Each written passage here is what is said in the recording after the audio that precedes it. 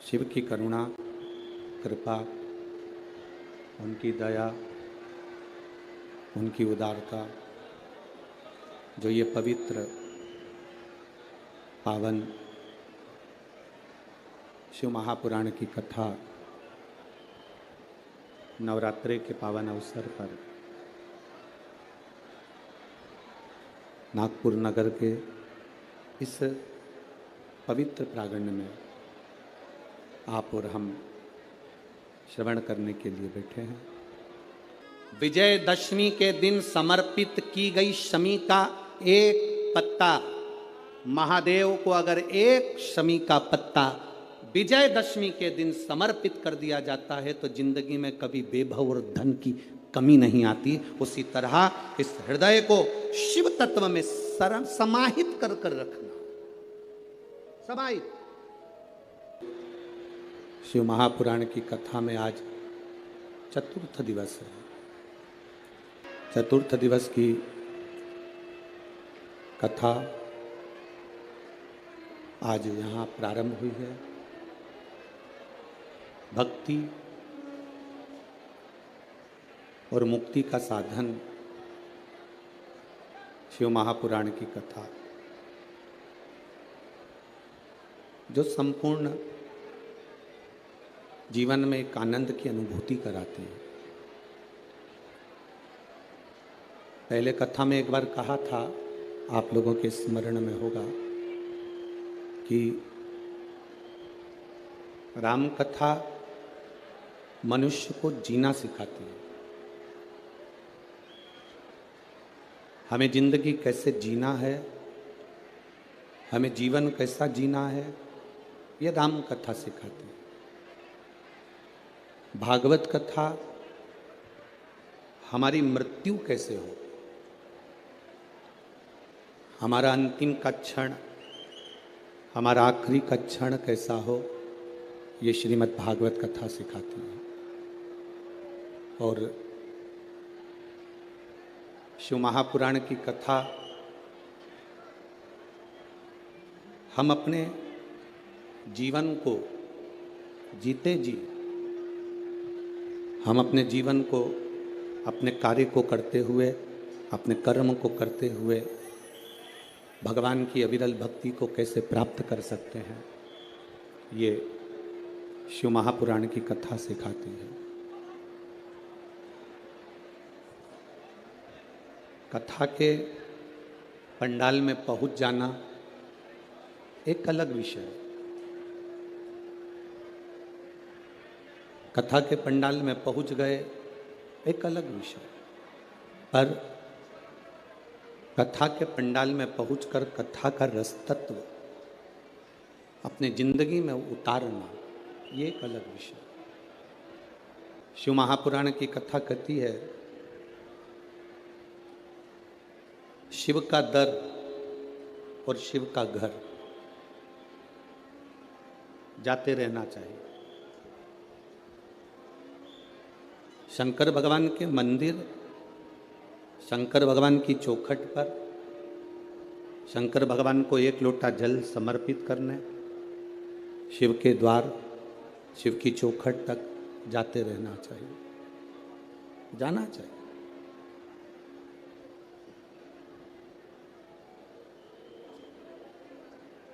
सारे घर द्वार जब छूट जाते हैं,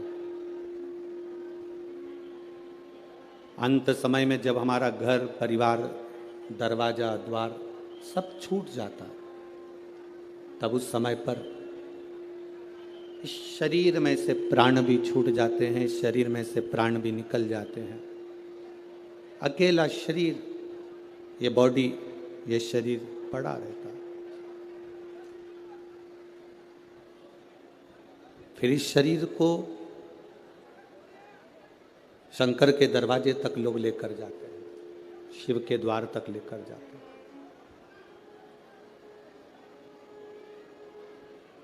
सबका दरवाजा बंद हो सकता है, सबकी चौखट, सबका द्वार बंद हो सकता है, पर मेरे महादेव का दरवाजा कभी बंद नहीं होता। मेरे शिव का द्वार, मेरे शंकर की चौखट कभी बंद नहीं। जैसे मौत का कोई समय नहीं होता,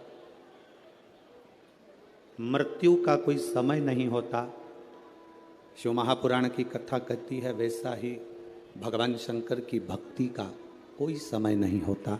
जब तुम्हारा मन करे तब शंकर की आराधना करो।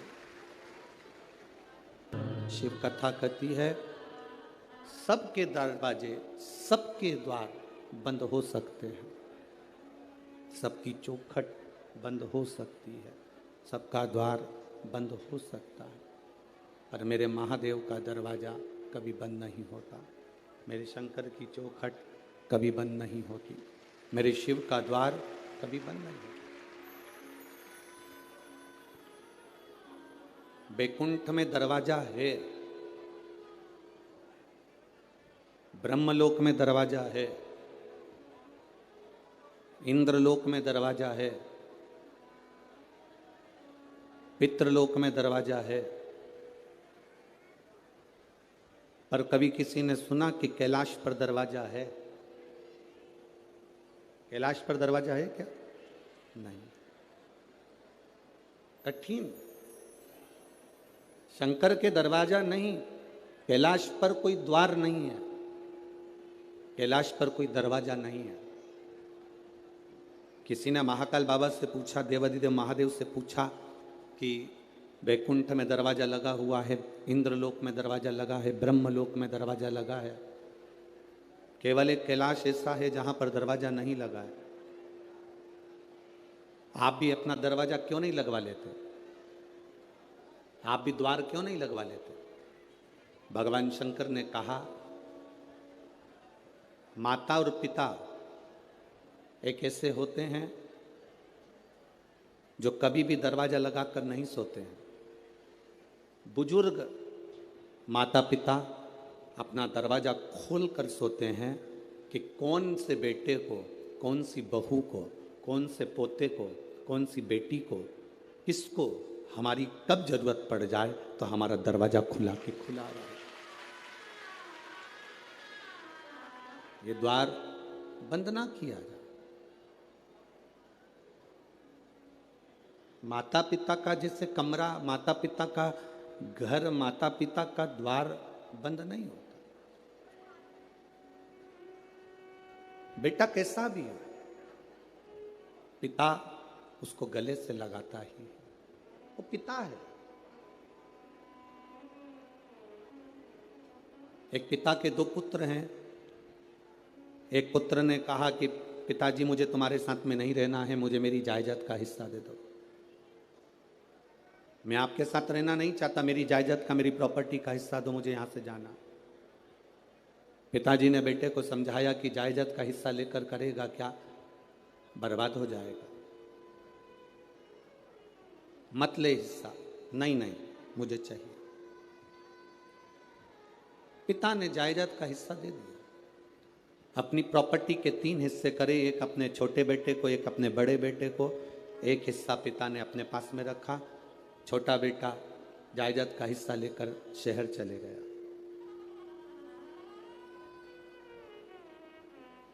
शहर में गया तो उसके बहुत सारे मित्र बन गए, बहुत मित्र। धीरे धीरे उस मित्र ने, उन मित्रों ने मित्र का सारा धन हड़प कर उसको कंगाल कर दिया। आखिरी में वो रोने लगा कि मैं जाऊं तो जाऊं कहां, कहां जाऊं मैं।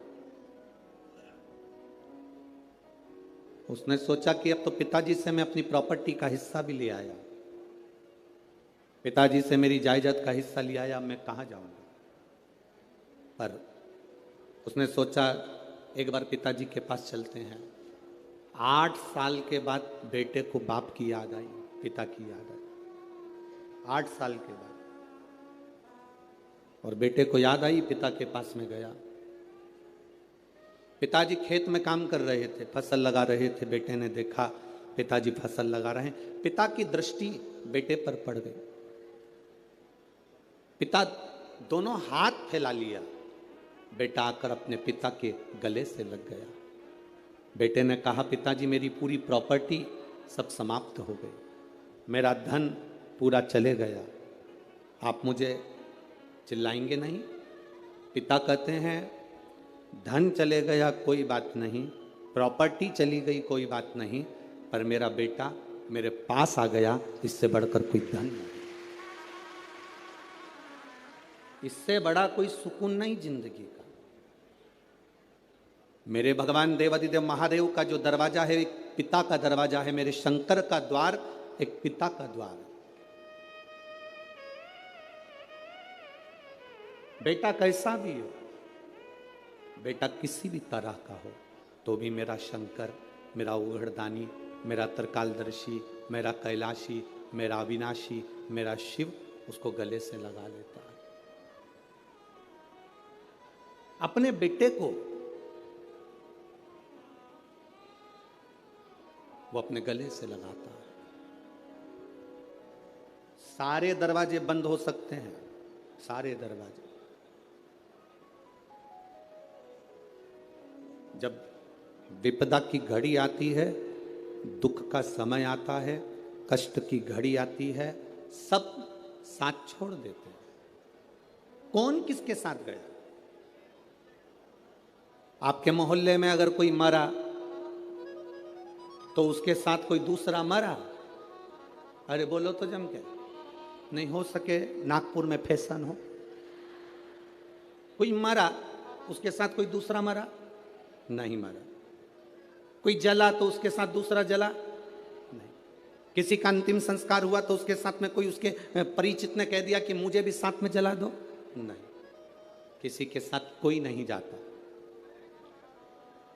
शमशान क्या है? दक्ष प्रजापति ने भगवान शंकर को श्राप दिया था कि मैं तुझे श्राप देता हूं कि तू शमशान में निवास करेगा। शमशान मेरे शंकर का घर है, वहां व्यक्ति देव अधिदेव महादेव के पास में जाता है। शंकर कहते हैं तू ये कभी मत सोचना कि तू अकेला है। जन्म हुआ, गर्भ में भी मैं था, इसलिए लोग कहते हैं कि अंदर पिंड जैसा बच्चा, पिंड मतलब पिंडी, पिंडी मतलब शिव। जन्म हुआ तब भी शिव था, तभी भी शिव। जन्म के समय पर भी शंकर है, और जन्म के हमारे प्राण जब छूटे, हमारी मृत्यु जब हुई, तब भी कोई हो ना हो, मेरा देव अधिदेव महादेव शमशान में तुम अकेले नहीं, मेरा शिव तुम्हारे साथ है, मेरा शंकर तुम्हारे साथ है।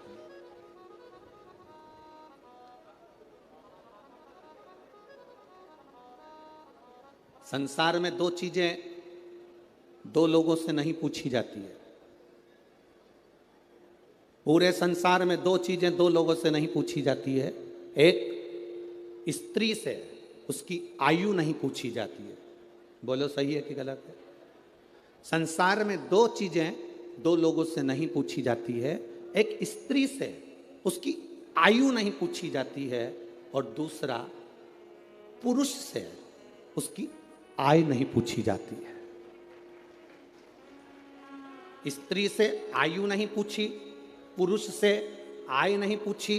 क्यों नहीं पूछना चाहिए? क्योंकि स्त्री से आयु इसलिए नहीं पूछते क्योंकि स्त्री अपने लिए कभी नहीं जीती, स्त्री हमेशा दूसरों के लिए जीती है।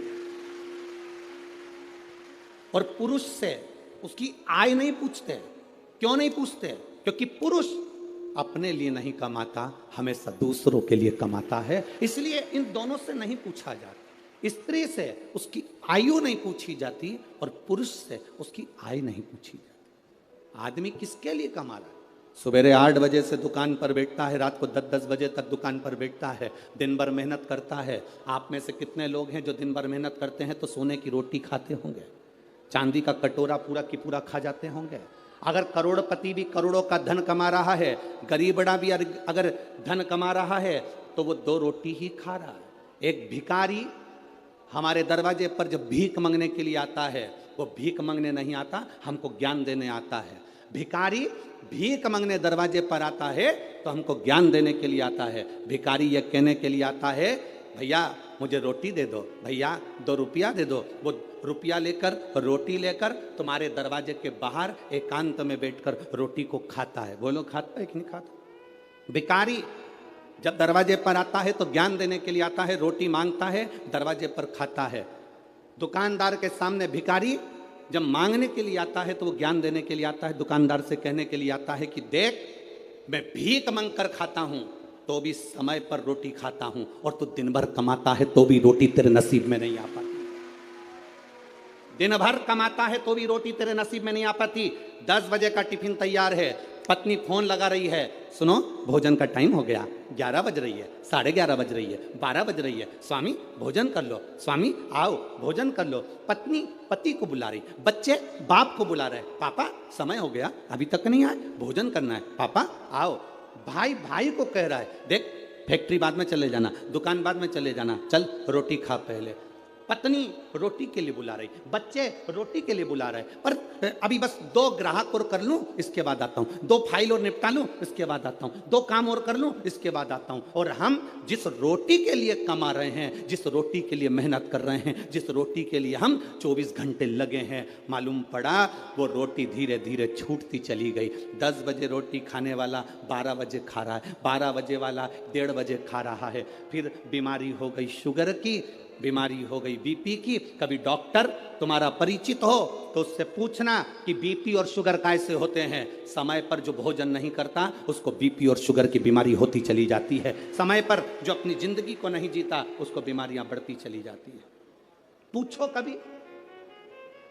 एक भिखारी भी हमको ज्ञान देता है कि अपनी जिंदगी में जो हमने कमाया है उस कमाई का थोड़ा सा अंश हम अपने ऊपर खर्च करें।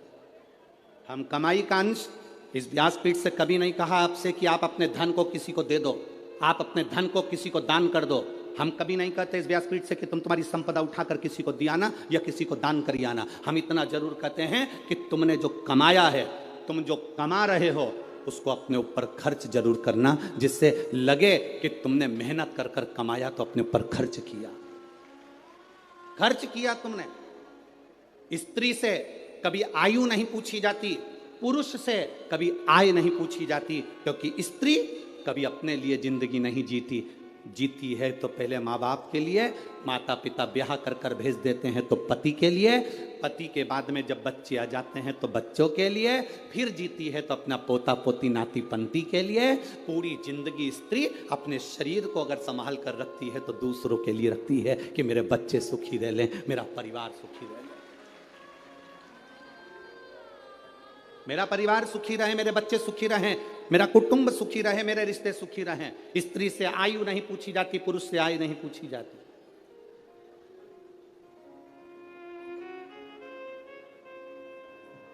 जो दूसरे के लिए जीता है उससे क्या पूछोगे? क्या पूछोगे?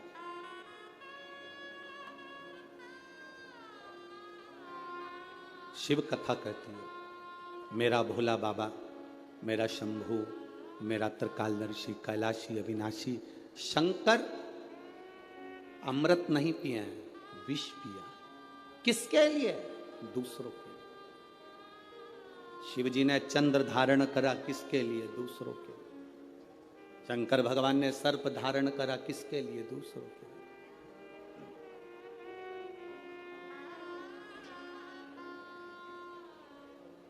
सर्वे भवन्तु सुखी।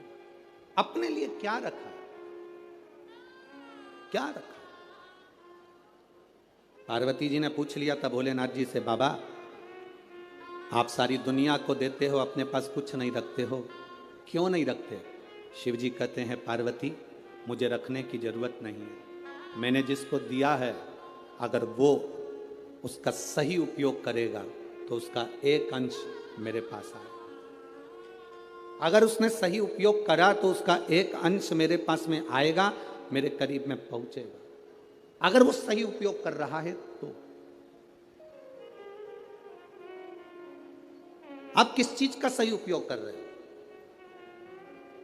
नयन दिए मेरे धर्मा बाबा ने दर्शन करने के लिए, इन नेत्रों से हम दिन भर अपने मोबाइल को, अपनी टीवी को देखते रहते हैं।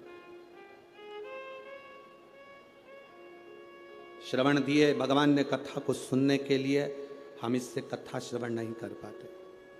मुख दिया मेरे दातार ने भजन करने के लिए, हम भजन नहीं कर पाते।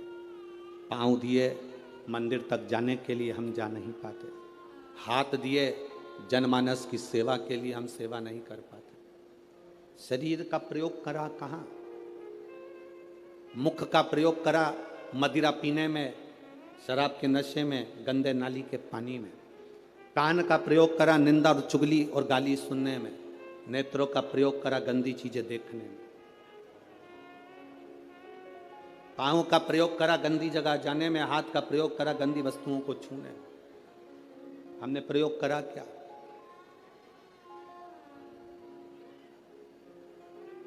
हम ले क्या पाए भगवान शिव से? शंकर के मंदिर जाना, जल का पात्र लेकर जाना, वहां से खाली पात्र लेकर मत आना। आपको पहले भी कथा में कहा, बोला था कि नहीं बोला था? शिव जी पे चढ़े हुए जल को थोड़ा सा झेल कर कलश में डालकर जरूर लेकर आना, उसका आचमन करना, घर में छींटना। शंकर के पास जाना तो कभी खाली वापिस मत आना।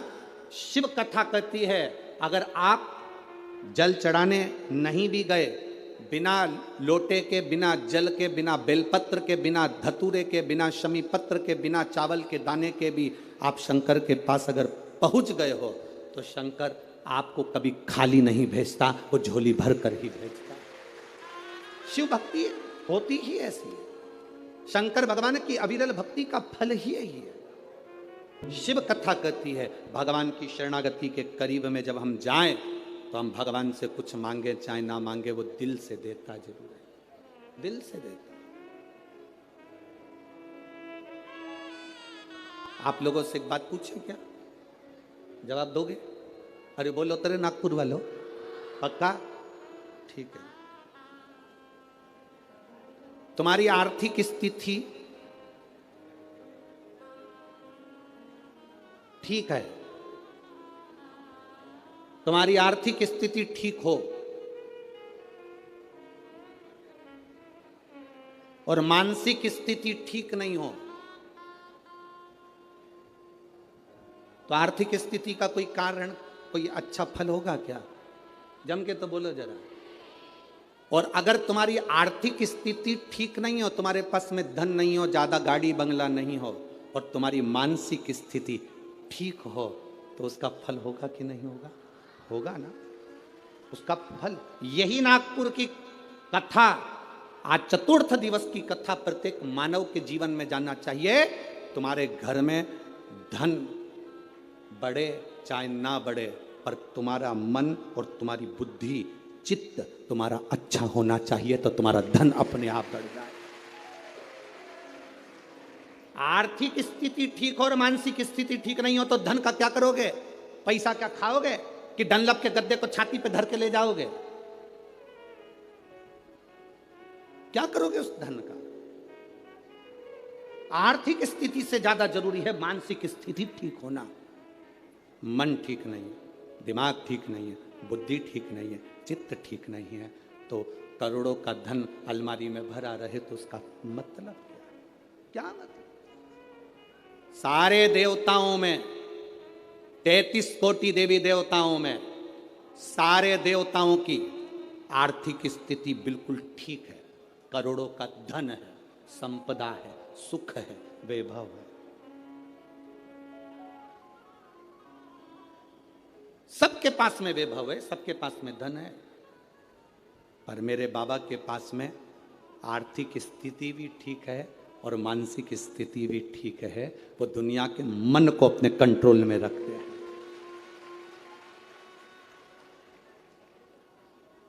एक बार लक्ष्मी जी ने नारायण से कहा था, प्रभु आपका और हमारा झगड़ा होता रहता है, आपका और हमारा विवाद होता रहता है, आप हमारे पति, हम आपकी धर्म पत्नी और विवाद करते हैं। ब्रह्माणी ब्रह्मा जी से कहती है, आप और हमारा विवाद होता रहता है। धन बढ़ गया पर घर में सुख भी तो होना चाहिए। शिव भगवान नारायण ने कहा, लक्ष्मी घर की मानसिक स्थिति ठीक करने का सबसे सुंदर तरीका है, सबसे सुंदर तरीका, लक्ष्मी शिव की आराधना करो। लक्ष्मी जी ने कहा, मैं शंकर की आराधना? हाँ, लक्ष्मी जी ने कहा आप कह रहे हो बिल्कुल सही है, मेरी मां, लक्ष्मी जी की मां का नाम क्या था? भगवान नारायण की सासू का नाम क्या था? ख्याति देवी। क्या नाम था? ख्याति देवी। लक्ष्मी जी की मां, भगवान विष्णु जी की सासू ख्याति देवी।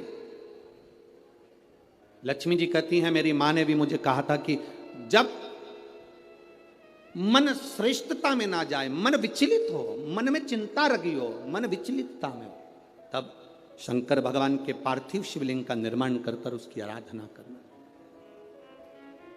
आप रोज प्रतिदिन यहां जितने लोग भी कथा सुन रहे हैं और जितने लोग आस्था चैनल पर, फेसबुक, यूट्यूब पर कथा सुन रहे हैं, बहुत कम लोग होंगे जो रोज शंकर भगवान का पार्थिव शिवलिंग बनाते होंगे और उसकी पूजन करते होंगे। बहुत कम लोग होंगे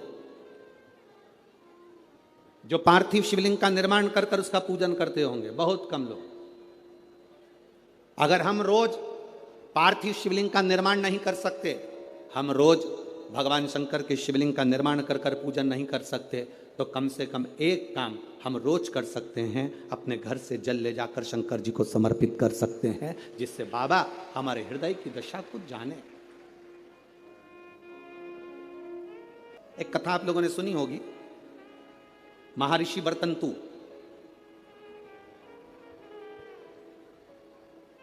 महर्षि वर्तंतु जिनके शिष्य थे कोत्स, जिसका नाम था कोत्स। महर्षि वर्तंतु के शिष्य कोत्स बड़े आज्ञाकारी थे कोत्स, और वर्तंतु जो कह देते थे, महर्षि वर्तंतु जो बोलते थे वो कोत्स वो सुनता था। महर्षि वर्तंतु का एक काम बड़ा प्रबल था, वो कोत्स से हमेशा कहते थे कि पार्थिव लिंग का निर्माण करो, मैं पूजन करने आ रहा हूं। पार्थिव लिंग का निर्माण करो, मैं पूजन करने। ये वर्तंतु ऋषि, महर्षि वर्तंतु कोत्स से कह देते थे। अब कोत्स का कार्य यह था कि वो रोज एक पार्थिव शिवलिंग का निर्माण करता और अपने गुरु जी को आवाज लगाता, गुरुदेव गुरुदेव, गुरुजी पधारो, गुरुजी पधारो, आवाज लगाता। वर्तंतु महर्षि आते और पूजन करने बैठ जाते। बहुत सावधानी से स्मरण करना इस कथा का, बहुत सावधानी। अब पूजन करने वर्तंतु महर्षि बैठ जाते।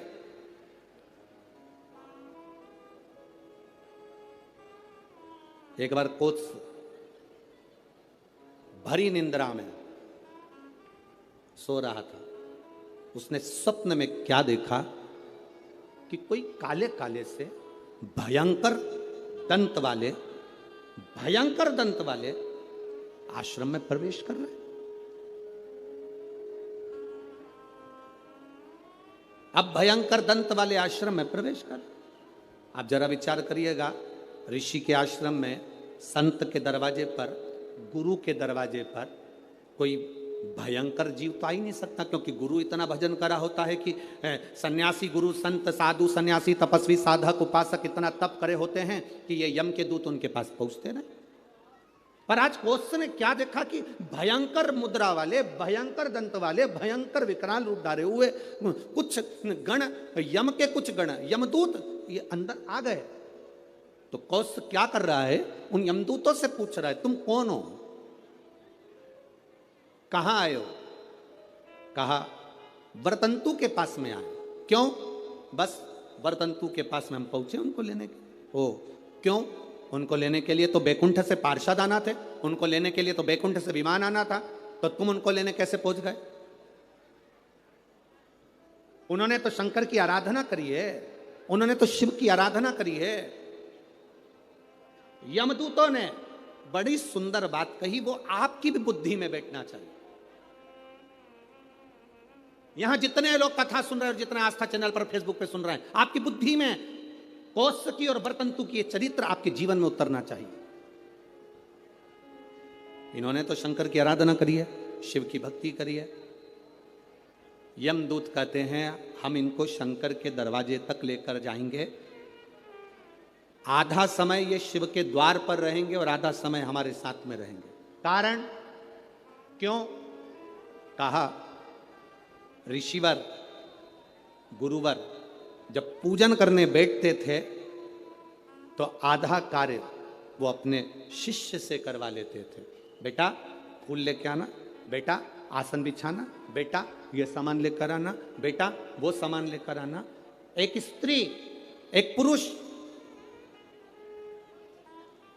स्वयं, आप अगर ठाकुर जी से सेवा करने बैठे हो, भगवान से लाड लड़ाने बैठे हो, भगवान की पूजन करने बैठे हो, भगवान की आराधना करने बैठे हो, तो अपनी पूजन की थाली स्वयं लगाइए। पशुपति व्रत करने वाली माताएं ध्यान रखेंगी इस बात के लिए। पशुपति व्रत की नियम, पशुपति व्रत करने वाली माताओं का नियम क्या है? कई माता कहती है हमने 2 बार व्रत कर लिया, भगवान हमारी नहीं सुना, हमने ये कर लिया, भगवान हमारी नहीं सुना। आप आए नहीं, सुबह हो गई, मेरी पूजा की थाली धरी की धरी रह गई। क्यों? उसका कारण क्या था? मतलब मेरी पूजा में कोई ना कोई कमी निश्चित। आपने पशुपति व्रत करा, भगवान क्यों ना सुने? क्यों नहीं सुने? कारण क्या है? थाली पूजन की लगा रहे हो, देवरानी का व्रत है, जेठानी सामान निकाल के दे रही है, देवरानी का व्रत है, जेठानी आटा सेक रही है सीरा बनाने के लिए, हलवा बनाने के लिए, जेठानी का व्रत है, देवरानी दूध में उकाल कर खीर बना रही है। व्रत तुम्हारा, साधना तुम्हारी, मांग तुम रहे हो। शिव महापुराण की कथा कहती है हिचकी चली, क्या बोलते हैं, हिचकी की डुचकी है, हिचकी। अब तुमको चल रही हिचकी, तुम अपनी पड़ोसन से जेठानी से कह दे मेरे बत्तल का हिचकी ले ले, ले हिचकी लेगी जेठानी? सिर तुम्हारा दुख रहा, गोली निकाल कर जेठानी को दे दो, खा ले, वो पूछे क्यों? मेरा सिर दुख रहा है। हो सकता है? जम के बोलो। छींक तुम्हें आ रही, छींक तुम्हें आ रही और तुम अपनी देवरानी से कहो छींक छींक जल्दी छींक, हो सकता है? नहीं। छींक तुम्हारी है, तुमको छींकना पड़ेगी। खांसी तुम्हारी है, तुम्हें खांसना पड़ेगा। शरीर में कष्ट तुम्हारे है, दवाई तुम्हें खाना पड़ेगी। उसी तरह व्रत तुम्हारा है, तैयारी तुम्हें करना पड़ेगी। गलती हम करते हैं। पशुपति व्रत का व्रत मैंने करा, मम्मी से कह के चली गई, मम्मी मेरा पशुपति व्रत है, मैंने शादी के लिए करूंगी या बच्चों के लिए करूंगी या इसके लिए करूंगी या उसके लिए करूंगी। मम्मी ने पूरी थाली लगा के दे दी, मेरी बेटी व्रत कर रही है, मेरी बेटी। मम्मी ने पूरी थाली लगा के दे दी, प्रसाद बना के दे दिया। बेटी ने 3 बार पशुपति व्रत कर लिया और काम नहीं हुआ।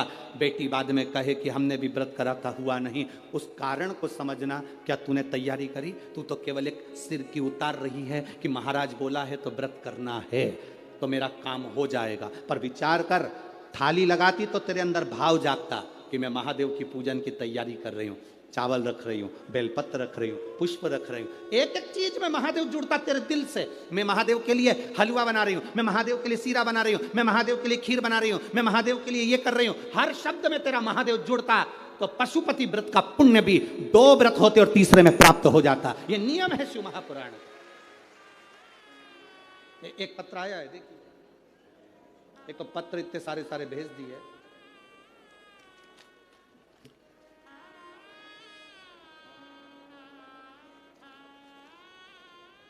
मेरा नाम काजल राहुल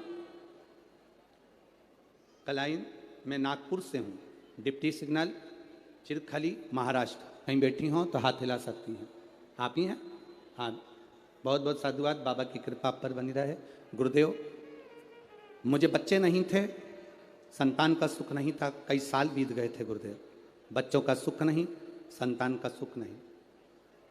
बच्चे को लाइयो साथ में, लाओ, ले आओ ले आओ ले आओ। मेरे यहाँ बच्चे का सुख नहीं था, संतान का सुख नहीं था।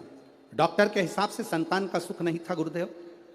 पर एक बार ऑटो में सफर करते करते एक बहन जी ने मुझसे कह दिया कि तू पशुपतिनाथ का व्रत कर। गुरुदेव, पशुपतिनाथ का व्रत एक बार करा, उसका फल नहीं मिला। मैंने सोचा हो सकता है कोई गलती हो गई हो, तब मैंने फिर दूसरी बार पशुपतिनाथ का व्रत किया। और बाबा की कृपा का मैं क्या गुणगान करूं गुरुदेव। शिव शिव है। 26 जून को मेरा गर्भ ठहर गया और बाबा की कृपा से बाबा ने ऐसी करुणा करी, ऐसी दया करी गुरुदेव कि 12/2/2023 को मेरे घर में संतान की प्राप्ति हो गई। मैं बाबा को यहाँ नमन करने आया। गुरुदेव, मुझे जो संतान हुई वो 8वां महीना भी पूरा नहीं लग पाया था।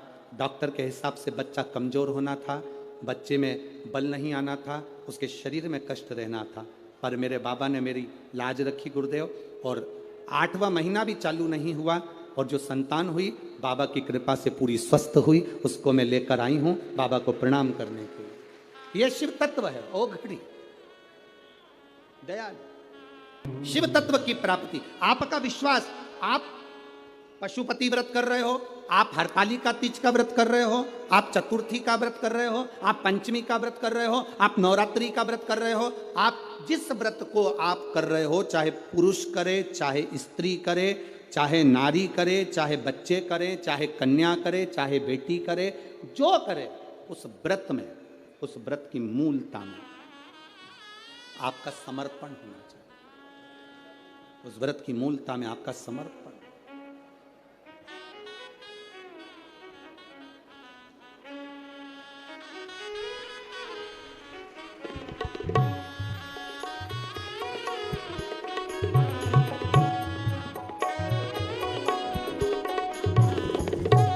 जोरदार ताली बजाना।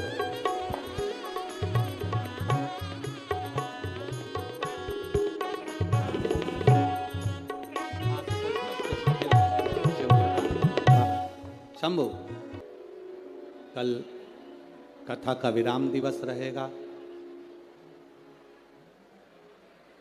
जिन लोगों ने 4 दिन की कथा नहीं सुनी होगी वो कल अवश्य सुनेंगे, क्योंकि बाबा घर के मेहमान जब जाते हैं तो बच्चों को कुछ न कुछ देकर जाते हैं। उसी तरह बाबा की कथा विराम होती है तो बाबा भी झोली भर कर ही जाता है। ऐसा नियम है शिव महापुराण। दिल से बाबा से प्रार्थना करिए, जहाँ जगह मिले, कार्यकर्ताओं को भी जहाँ जगह मिले वहाँ बैठकर भाव से कहिए, श्री शिवाय नमस्तुभ्यं, श्री शिवाय नमस्तुभ्यं, श्री शिवाय नमस्तुभ्यं, श्री शिवाय नमस्तुभ्यं, श्री शिवाय नमस्तुभ्यं। शिव कथा कह रही है, बाबा देवादिदेव महादेव का चरित्र कह रहा। बरतंतु जी के लिए कहा, आधे से ज्यादा जो कार्य था वो कोस कर देता था। आज कोस की परीक्षा करने के लिए, कोस की परीक्षा लेने के लिए, जब पूरी विद्या अध्ययन हो गया, पूरी पढ़ाई हो गई, सारा विद्या अध्ययन का कार्य हो गया, तब कौश की परीक्षा लेने के लिए बरतंतु जी ने कौश की परीक्षा लेने के लिए बरतंतु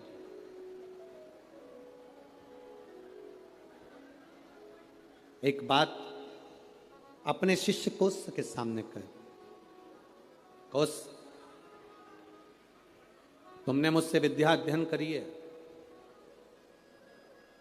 अब देखिए शंकर का पार्थिव शिवलिंग बनाकर गुरु को दे देना और गुरु उसकी पूजन करना, उसका फल देखिए कितना विचित्र, उसका फल कितना विचित्र है। कौश तुमने पार्थिव शिवलिंग का निर्माण करा और निर्माण करने के बाद में तुम मुझे उस शिवलिंग को दे देते हो। तुम कहते हो कि मुझे यम के दूत लेने आए थे, पर वो कहीं ना कहीं उस क्रम में कहीं ना कहीं वो मुझे लेने के लिए आए, परंतु उस भोग को मुझे भोग शिव तत्व को भी जाना है और यमलोक को भी जाना। कौश, अब मैं आपसे इतना सा कहना चाहूं, बरतंतु ने कहा कौश, तुमने मुझसे विद्या अध्ययन करी है, आज विद्या अध्ययन के फल स्वरूप मेरी जो दक्षिणा बनती है वो मुझे दीजिए। गुरुवर क्या दूं मैं आपको, बोलिए। शिव कृपा देखिएगा कितनी प्रबल होती है। केवल पार्थिव शिवलिंग का निर्माण कर देना, पूजन कोई करे कर रहा है, अपने क्षेत्र में, अपनी कॉलोनी में, अपनी सोसाइटी में, अपने एरिया में कहीं शंकर का मंदिर बन रहा है, शंकर का शिवालय बन रहा है, बन सके आप उसमें सहयोग प्रदान करना, नहीं बन सके तो किसी की टांग मत खींचना कि ये मंदिर क्यों बनवा, ये शिवालय का निर्माण क्यों कर रहे हो, शिवालय क्यों बनवा रहे हो। केवल शंकर भगवान के पार्थिव लिंग का निर्माण करने वाले उस कोष पर शिव कृपा कैसी होती है, वो कथा यहां वर्णन कर रहे। बरतंतु जी ने कहा, बरतंतु का,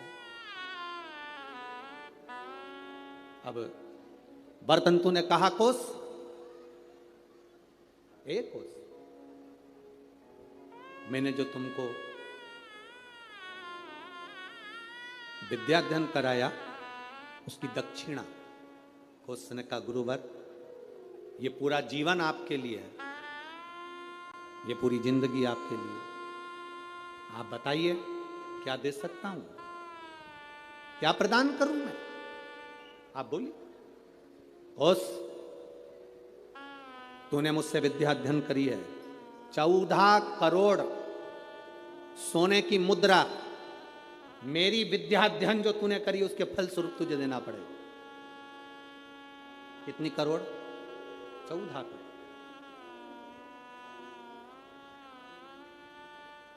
14 करोड़ सोने की मुद्रा। उसकी आंखों में जल भर गया, गुरुदेव मेरे पास तो इतना धन नहीं है, मैं 14 करोड़ आपको सोने की मुद्रा कैसे दे सकता। फिर भी गुरु ने मांगा है, मैं लाकर जरूर दूं। अब गुरु क्यों मांगे हैं ये तो गुरु ही जान सकते हैं। गुरु जो कृपा करते हैं वो दुनिया में कोई नहीं कर सकता। एक संत, सदगुरु, शिव का उपासक, भगवान की भक्ति करने वाला, दिन रात शंकर का स्मरण में डूबने वाला, दिन रात राम नाम कृष्ण नाम की भक्ति में डूबने वाला, केवल उसकी आंख की दृष्टि ही पड़ जाती है तो जीव का कल्याण हो जाता है। वो सहज नहीं है गुरु।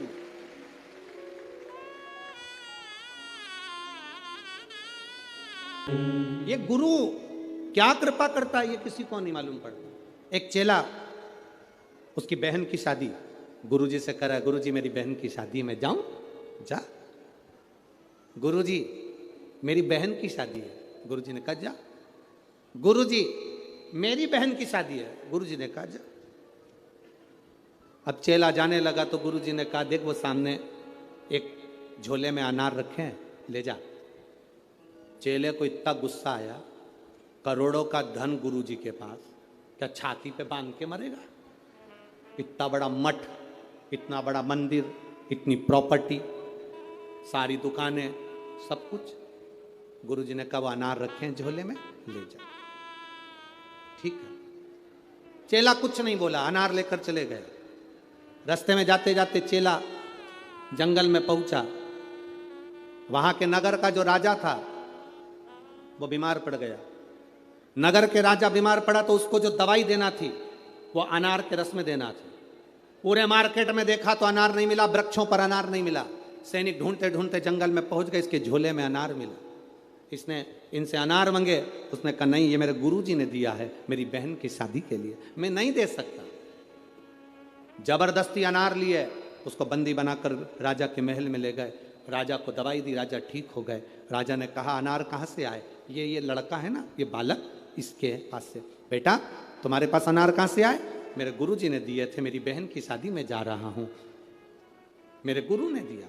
बेटा अनार तो हमने खा लिया, अब एक काम करो, तुम्हारे अनार से मेरे प्राण बचे, तुम चिंता मत करो, राजा ने अपने मंत्रियों को बुलाकर कहा कि इसकी बहन की शादी एक राज कन्या की शादी जैसी होना चाहिए, राजकुमारी की शादी जैसा होना चाहिए, जाओ करो।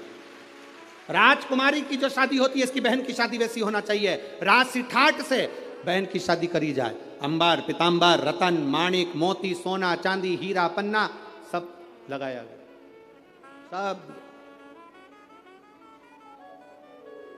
सब प्रदान किया। गुरु कभी भी लोगों को लगता है गुरु जी के पास इतना है तो गुरु जी हमको क्यों नहीं दे रहे, गुरु नहीं देगा। भिखारी को देकर भिखारी मत बनाओ, देकर किसी को कमजोर मत बनाओ, किसी को देकर कमजोर मत बनाओ। इसीलिए तो भारत की भूमि पर आत्मनिर्भर भारत बनने जा रहा है कि स्वयं आत्मनिर्भर बनिए, कमजोर नहीं, अपने आप में वो बल होना चाहिए, अपने आप में वो बल हो आपके अंदर। गुरु अपने हाथ से अपनी झोली में से धन निकालकर 50,000 1 लाख 2 लाख 5,000 2,000 गुरु कभी नहीं देगा। गुरु आपको अगर धन दे देगा तो फिर गुरु किसी काम का नहीं। गुरु अगर देगा तो ऐसा सामान, ऐसी कृपा, ऐसी दृष्टि गुरु दे देता है जिससे जिंदगी में तुझे किसी के आगे हाथ ना फैलाना पड़े, वो गुरु देता। किसी के आगे हाथ ना फैलाना पड़े वो गुरु कहता है।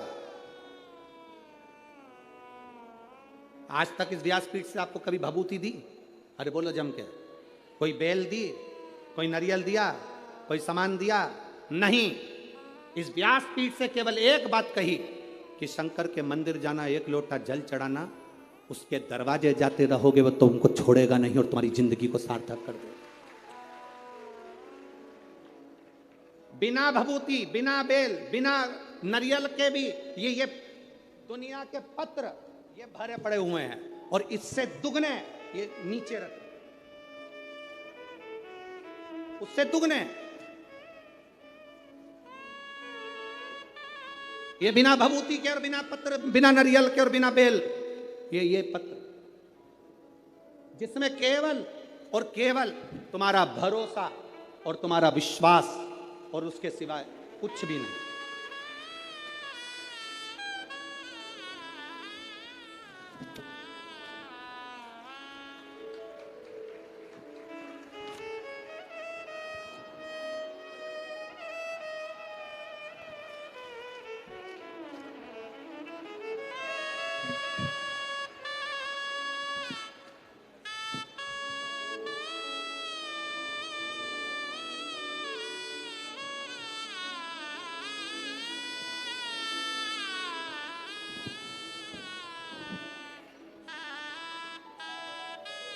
अब इसमें है क्या? जिसके मन में संशय हो यहां से पूरे पत्र उठाकर ले जाओ, पूरी सभा में बांट दो। इस कथा के मंडप में इसमें मोबाइल नंबर भी है, इसमें एड्रेस भी है और उसका नाम भी है जिसको मेरे बाबा ने बिना भभूति, बिना बेलो, बिना नारियल के प्रदान कर दिया। सब भरा है, मोबाइल नंबर, एड्रेस सब मिलेगा। जाओ पूछो क्या दिया महादेव ने, सारी समस्या का हल, एक लोटा जल। शिव क्या प्रदान करे, शंकर क्या दिए हैं ये शिव जाने, शंकर क्या प्रदान करे ये शंकर जाने। बर्तंतु कौत्स से कहे मुझे 14 करोड़ सोने की मुद्रा चाहिए। गुरु परीक्षा लेता है। गुरु परीक्षा की घड़ी में ऐसा सामने आता है कि परीक्षा लेने के लिए तत्पर।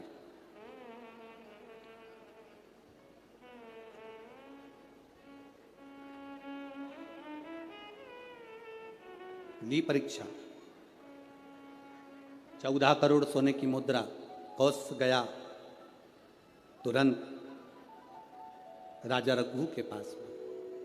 राजा रघु से कहा महाराज 14 करोड़ सोने की मुद्रा मेरे गुरु जी को देना है, मैं ब्राह्मण का बालक हूं, आप दे दो। राजा रघु ने कहा 14 करोड़ सोने की मुद्रा देने के लिए मना नहीं, पर मैंने अब भी यज्ञ करा था, उस यज्ञ में मैंने सोने की मुद्रा सब संतों को, ब्राह्मण जन को बांटी है। मेरे पास में इतनी मुद्रा नहीं, थोड़ी बहुत निकल जाएगी, 1 करोड़ दे दूंगा, 14 करोड़ कहाँ से लाऊं। राजा रघु ने कहा, पर ब्राह्मण मेरे दरवाजे से खाली ना जा, रुकिए, मैं इंद्र पर आक्रमण करता हूं। गुरु गुरु है, इंद्र पर आक्रमण करता हूं। राजा रघु ने इंद्र पर सेना तैयार कर आक्रमण करना प्रारंभ करा। इंद्र का सिंहासन डोलने लगा। इंद्र दौड़ते दौड़ते भगवान ब्रह्मदेव के पास में गए। राजा रघु इंद्र पर आक्रमण कर रहे हैं, इंद्रलोक पर आ रहे हैं, क्या करा जाए। एक बच्चे को 14 करोड़ सोने की मुद्रा चाहिए, गुरु ने मांगी है, इसीलिए लेकर जा रहा है। उसको 14 करोड़ स्वर्ण मुद्रा, हाँ 14 करोड़, हाँ क्या करें। इंद्र से कहा, राजा रघु यहां पर आए स्वर्ण मुद्रा लेने के लिए, आप कुबेर को बुलाओ और कुबेर से कहो कि तू जाकर 14 करोड़ सोने की मुद्रा दे दे। कुबेर को बुलाया। कुबेर शमी का एक पत्ता तोड़ा, शमी का एक पत्ता कुबेर ने तोड़ा और पृथ्वी पर आकर शमी के पत्ते को तोड़कर कोस को दे दिया। कोस, ये शमी का पत्ता ले। कोस ने कहा, मुझे 14 करोड़ स्वर्ण मुद्रा चाहिए, ये पत्ते का क्या करूंगा। 14 करोड़ मुझे स्वर्ण मुद्रा चाहिए, इस पत्ते का क्या करूंगा। तब कुबेर ने जो पत्ता दिया और कोस से कहा कि यह बर्तन तू महर्षि को ले जाकर दे देना, वो महर्षि समझ जाएंगे इस पत्ते में क्या है। बर्तन तू महर्षि के पास में एक शमी का पत्ता ले जाकर कोस ने दिया। कोस ने जैसे ही दिया, बर्तन तू ने उस पत्ते को अपने सिर से लगा लिया और जान गया ये मेरे महादेव का शमी का पत्र है। एक पत्ते में 14 करोड़ सोने की मुद्रा का फल होता है। 14 करोड़ सोने की मुद्रा का फल एक शमी के पत्ते में होता है। तुरंत बर्तंतु महर्षि ने शंकर की आराधना कर कर शिव जी से हाथ जोड़कर प्रार्थना करी, बाबा प्रकट हो। देवादिदेव महादेव प्रकट होकर कहते हैं, बर्तंतु मांगो तुम्हें क्या चाहिए। बर्तंतु कहते हैं, बाबा शरदीय नवरात्रि पूर्ण होने पर जो विजयदशमी आए, उस दशमी के दिन जो एक शमी का पत्र भूलवश भी महादेव को समर्पित कर दे, उसकी जिंदगी में कभी संपदा की कमी ना आए। एक शमी का पत्र, एक शमी का पत्ता 14 करोड़ सोने की मुद्रा से प्रबल हो जाता है। एक शमी का पत्र। आज भी कई जगह पर विजयदशमी के दिन, कई स्थानों पर विजयदशमी के दिन शमी के पत्ते का लेन देन होता है। शमी के यहाँ होता है कि नहीं होता हमको स्मरण नहीं है, महाराष्ट्र में तो, पर कई जगह पर होता है। यहाँ पर भी शमी का जो पत्र होता है, विजयदशमी के दिन लोग देकर उसको प्रणाम करते हैं, माता पिता को नमन करते हैं। क्यों? आप अपने बच्चे हो ना, आपसे पूछेंगे, आपकी औलाद आपसे पूछेगी, आपके आने वाली पीढ़ी आपसे पूछेगी, माँ ये कौन सा नाटक बनाकर रखा है तुम लोगों ने, शमी का पत्ता दे, शमी का पत्ता ले, मिलने जाओ तो शमी का पत्ता, शमी का पत्ता क्यों लिया दिया जाता है? बच्चे पूछेंगे। आज की पीढ़ी बहुत प्रश्न करती है, उसको उत्तर देना पड़ेगा कि एक पत्ते में 14 करोड़ स्वर्ण मुद्रा का फल होता है।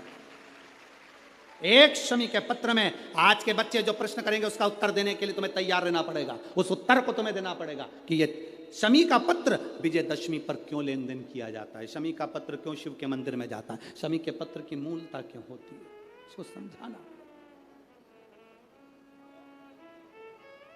एक शमी पत्र में वो फल है। और केवल यही नहीं, शमी के वृक्ष के नीचे, बेलपत्री के वृक्ष के नीचे अगर भूल से भी बच्चा, बूढ़ा, कोई व्यक्ति एक पार्थिव शिवलिंग का निर्माण कर लेता है, भूलवश भी उस पे जल समर्पित कर देता है, भूलवश भी उसके भाव से एक पुष्प या शमी पत्र या बेलपत्र भी चढ़ा देता है, तो वो इस संसार में कहीं ना कहीं सुख भोगता ही है, उसके जीवन में दुख नहीं। शमी पत्र की मूलता, शमी पत्र की मूलता क्यों कहते हैं? नारी के गर्भ में बच्चा रहे, नारी के गर्भ में संतान रहे।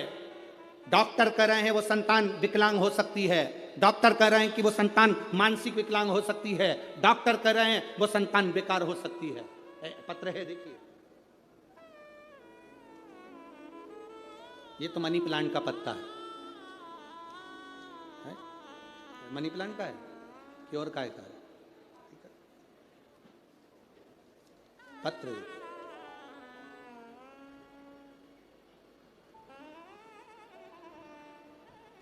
मेरा नाम निशा श्रीवास, भवानी नगर, पारड़ी, नागपुर। मोबाइल नंबर ये है। कहीं बैठी हैं? आप ही हैं? हाथ हिलाइए एक बार। गुरुदेव ले आओ, बच्चे को ले आओ, ले आओ। गुरुदेव,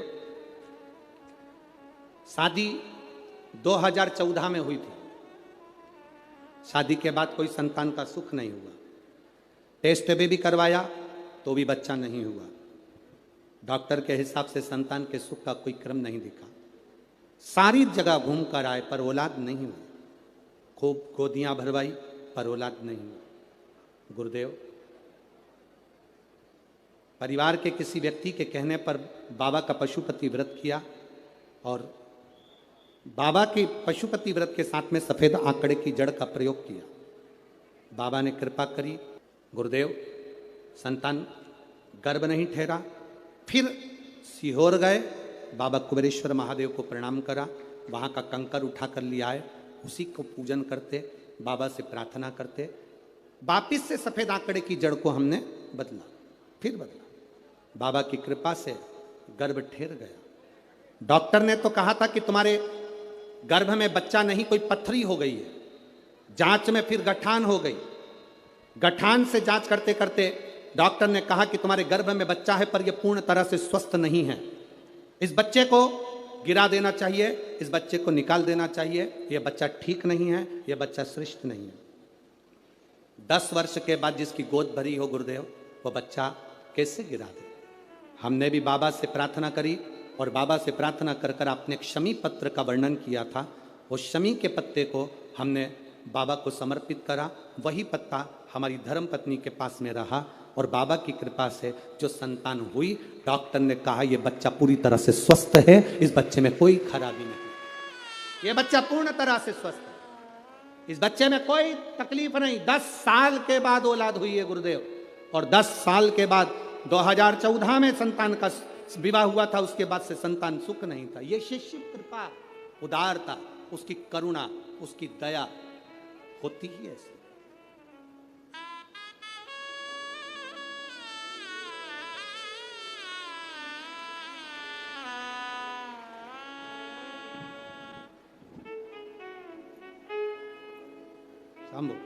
देख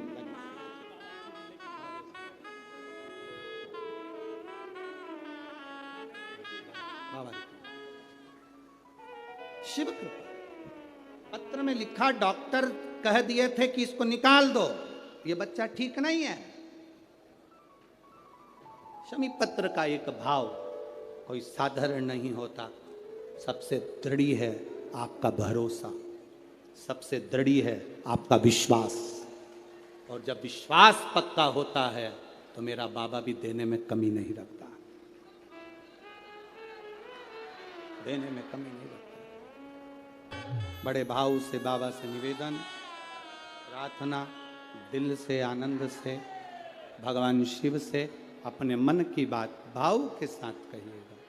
जहाँ जगह मिले वहाँ बैठकर भगवान शिव से अपने मन के भाव को जोड़िए, दिल से कहिए।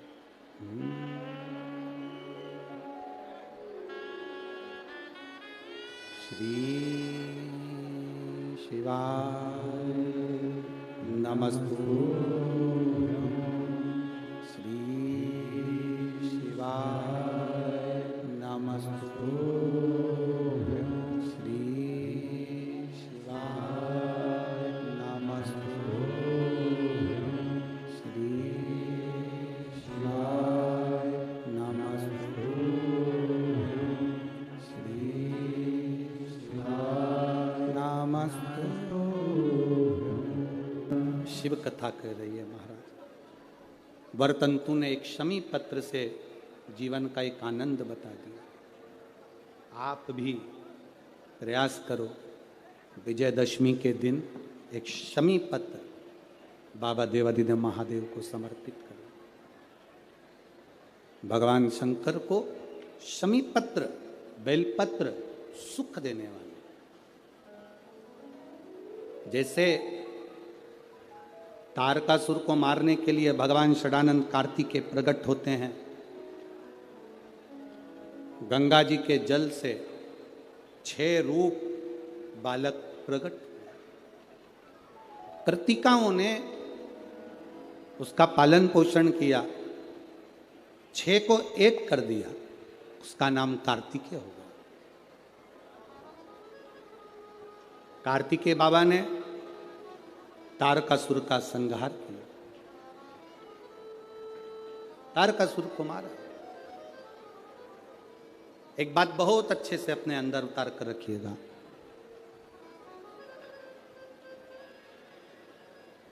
शरद पूर्णिमा से लेकर कार्तिक की जो पूर्णिमा है, उस बीच में कार्तिक महीने की जब शिवरात्रि आए या प्रदोष व्रत आए, थोड़ा ध्यान देना।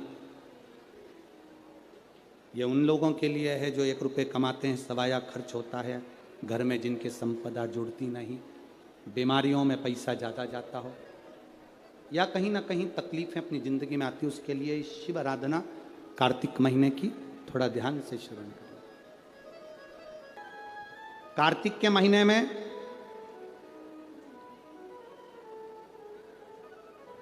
पूर्णिमा से पूर्णिमा के बीच में जो सोमवार पड़े, प्रदोष पड़े, शिवरात्रि पड़े, प्रयास करना, अगर बहुत कष्ट की जिंदगी चल रही हो तो शिवरात्रि, प्रदोष और जितने सोमवार पड़ रहे हो कार्तिक में 4-5 जो सोमवार पड़े, उसमें एक बेलपत्र अशोक सुंदरी वाली जगह पर और शमी पत्र देवाधिदेव महादेव के ऊपर, ये 2 जगह पर अवश्य चढ़ा। 1 महीने में जितने सोमवार पड़ जाएं और प्रदोष पड़े और मासिक शिवरात्रि पड़े, उसमें अवश्य चढ़ा। बेलपत्र कहाँ चढ़ाना है? जम के बोलो जरा। अशोक सुंदरी की जगह। और शमी पत्र कहाँ चढ़ाना है? देवाधिदेव महादेव के ऊपर। एक बार चढ़ाकर देखो, आपके जीवन का जो आनंद है, जो अपने हृदय की कामनाएं हैं, अपने हृदय के भाव हैं, कार्तिक का जो महीना है भगवान षडानंद कार्तिकेय जी के लिए मूल है। इस षडानंद कार्तिकेय जी ने जब तारकासुर का संहार किया था, तारकासुर को जब मार दिया था, तो 33 कोटि देवताओं ने षडानंद कार्तिकेय जी को वर प्रदान किया।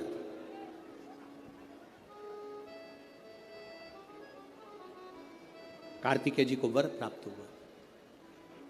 तो लक्ष्मी जी ने और भगवान नारायण ने षडानंद कार्तिकेय जी से कहा, ए स्कंद देव, ए कार्तिकेय, कार्तिक के महीने में जो दीप दान करता है उसके घर में कभी संपदा की कमी नहीं आती है। कार्तिक महीने के दीपदान की महत्वता जैसे ही लक्ष्मी और नारायण ने कही, तब ब्रह्मदेव प्रकट हुए और देवाधिदेव महादेव प्रकट हुए माँ पार्वती के साथ में, और ब्रह्मा जी प्रकट हुए माँ ब्रह्माणी के साथ में। उन्होंने वर प्रदान कर दिया। षडानंद कार्तिकेय भूलवश भी अगर कोई बेलपत्र और शमी पत्र दोनों एक साथ आपकी बहन अशोक सुंदरी और आपके पिता देवाधिदेव महादेव को शमी पत्र जो समर्पित कर देगा, षडानंद कार्तिकेय इस कार्तिक के महीने में देवाधिदेव महादेव कहते हैं उसके यहाँ कुबेर का भंडार शिव भर देते हैं। एक शमी पत्र, फिर समझिएगा, ये जो बेलपत्र है ये आप समर्पित करेंगे अशोक सुंदरी वाली जगह पर। कहाँ समर्पित करेंगे? अशोक सुंदरी की जगह। और शमी पत्र आप समर्पित करेंगे देवाधिदेव महादेव के ऊपर। बस इसमें एक चीज का स्मरण अपने को करना है, जब अपन अशोक सुंदरी की जगह पर बेलपत्र चढ़ाएंगे तो ये डंडी का जो मुख है ये महादेव के जो खाली स्थान है, खाली वाली जगह उसे ओर होगा। शमी पत्र की जो डंडी का मुख है, इसी की ओर, जिस ओर तुमने बेलपत्र चढ़ाया है उसी ओर शमी पत्र की भी डंडी का मुख उसी ओर होगा। जहां पर आप बेलपत्र की डंडी का मुख रख रहे हैं उसी ओर शमी पत्र की डंडी का भी मुख उसी ओर होगा। तो देवाधिदेव महादेव भगवान शंकर, माँ जगत जननी जगदम्बा, श्री ब्रह्मदेव ब्रह्माणी षडानंद कार्तिकेय को वर प्रदान कर दे। समय आता है, आगे वर्णन आया, तारकासुर के 3 पुत्र हैं, तारकाक्ष, विदुम्माली, कमलाक्ष। और ये तीनों पुत्र हैं, ये बड़े विकराल, बड़े प्रबल। इनको मालूम पड़ा कि हमारे पिताजी शांत हो गए, तो पिता के शांत होने का इनने बदला नहीं लिया। इन्होंने भगवान ब्रह्मा जी की तपस्या करी, तप कर कर ब्रह्मा जी से वर मांगा, वर दीजिए। ब्रह्मदेव ने कहा क्या वर चाहिए? हमारे प्राण ना छूटे। ब्रह्मा जी ने कहा यह हो नहीं सकता कि तुम्हारे प्राण नहीं छूटेंगे, मरना तो पड़ेगा, प्राण तो छूटेंगे, तो हमें वर दो। हम तीनों मरे तो एक साथ मरे। 3 पुरियों का निर्माण कर दीजिए जिन पुरियों में हम निवास करें। 3 पुरियों का निर्माण करा, तीनों में जाकर तारकाक्ष, विदुम्माली, कमलाक्ष की तीनों निवास करें। तीनों ने निवास किया। जब तीनों निवास करने लगे, सोने की पुरी, तांबे की पुरी, लोहे की पुरी। पुरी का मतलब होता है क्षेत्र जिसके अंतर्गत वो रह रहे हैं। तीनों ने सुंदर सुंदर महल का निर्माण किया, तीनों ने। और सुंदर महल का निर्माण कर कर तीनों जब रहने लगे, हाहाकार मच गया। तीनों ने विचार कर लिया कि अपन तीनों कभी नहीं मिलेंगे एक जगह पर, कभी एकत्रित नहीं होंगे। यह हमको सीखने की बात है। शिव महापुराण की कथा बहुत कुछ सिखाती है हमको। जब भी तीर्थ करने जाओ, पूरा घर का व्यक्ति एक साथ मत जाओ, यह शिव पुराण सिखाती है। किसी नदी में स्नान करने जाओ, घर का पूरा व्यक्ति एक साथ मत जाओ। घर में किसी का न किसी का रहना जरूरी है। ये शिव पुराण सिखाती है हमको। षडानंद कार्तिकेय चले गए। तारकासुर के तीनों बेटों ने उपद्रव मचाया। जो उपद्रव मचाया, देवताओं ने भगवान शिव से प्रार्थना करी। भगवान शंकर ने जाकर 3 पुरियों को भस्म कर दिया। 3 पुरियों को जैसे ही भस्म करा, शंकर जी का नाम त्रिपुरारी हो गया। भगवान शंकर जब त्रिपुरारी बन गए, आगे वर्णन आया, शंकर जी से प्रार्थना करी, बाबा इन तीनों का संहार करिए।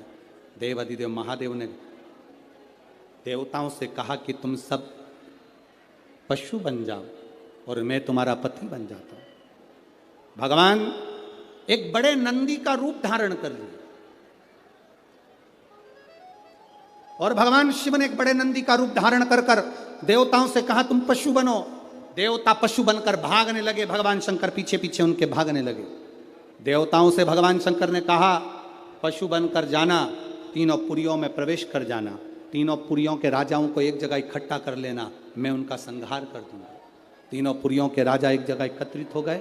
शंकर भगवान बड़े नंदी का रूप लेकर उनको मारने के लिए सींग से पछाड़ने लगे। जैसे तारकाक्ष विदुम्माली को पछाड़ा, नीचे से कमलाक्ष की निकल गया, उसने फरसा उठाकर शंकर भगवान का सिर काट दिया। बड़े नंदी का रूप देवाधिदेव महादेव लिए थे।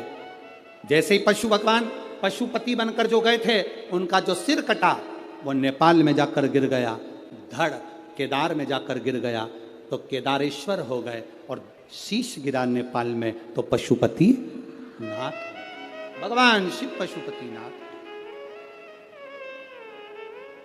शंकर जी ने देखा कि ऐसे मरने वाले नहीं हैं। शिव जी अपने असली स्वरूप में आ गए। हाथ में त्रिशूल लेकर देवाधिदेव महादेव ने तारकाक्ष विदुम्माली को मारा। पीछे से कमलाक्ष फिर आया। शंकर भगवान ने उसी त्रिशूल के पीछे के नोक से कमलाक्ष की को मार दिया। तीनों के प्राण छूट गए। देवताओं ने पुष्पों की वृष्टि कर दी। चारों तरफ आनंद की अनुभूति हो गई। बोल पशुपतिनाथ भगवान की, हर हर महादेव। बोल बम का नारा है,